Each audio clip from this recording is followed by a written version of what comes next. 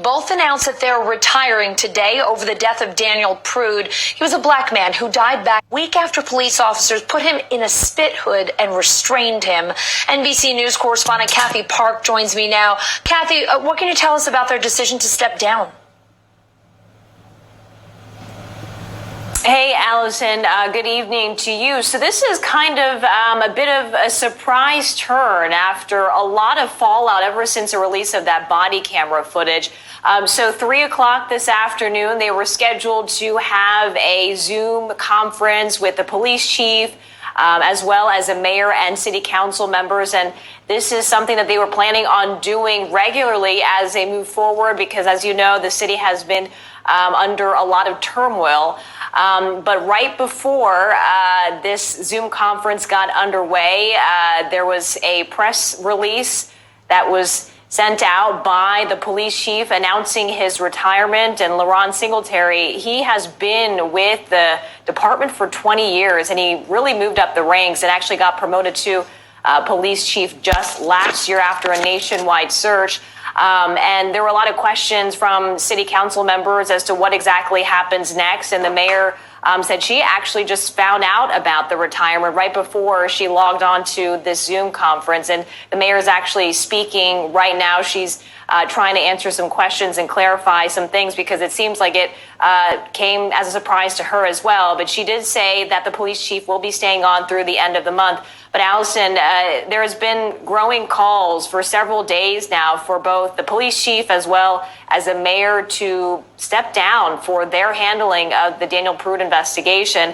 And that has been the reason why so many people have been so frustrated in that community. I've been there for several days, and there has been a lot of unrest because they say the body cam footage should have come to light a lot sooner, because it was recorded back on March 23rd.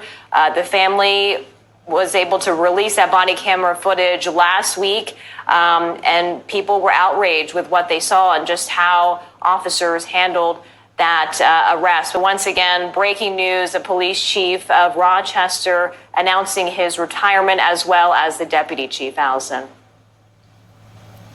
Kathy, you mentioned the investigation. What is the latest there? What more do we know about Daniel Prude's death?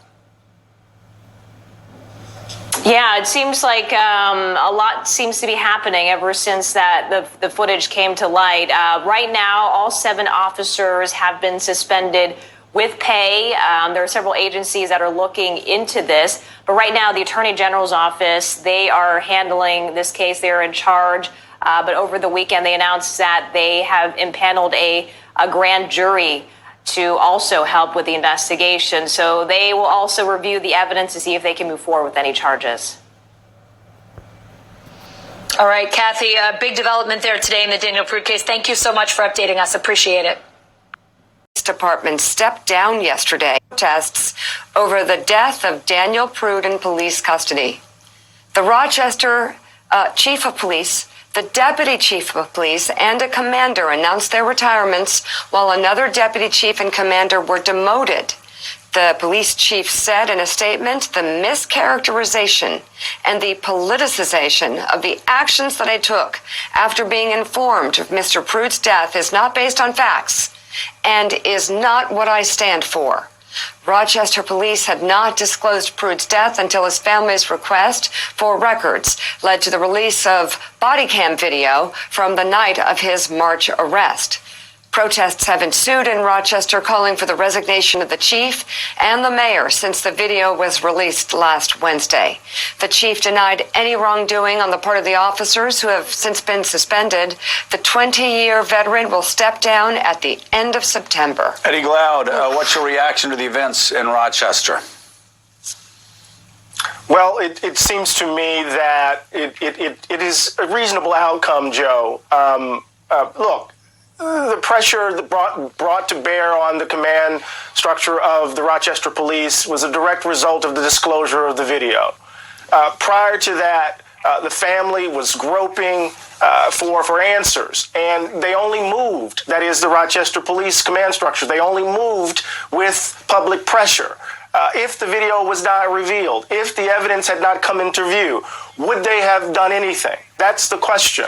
And so he might make the argument that they did nothing wrong, but it's not until the actual evidence. And the same thing happened in the Ahmaud Arbery case, if you recall, not with regards to police, but nothing happened until the video was revealed that these white men had literally shot this black man down. Nothing happened in terms of policing with regards to holding these folk accountable.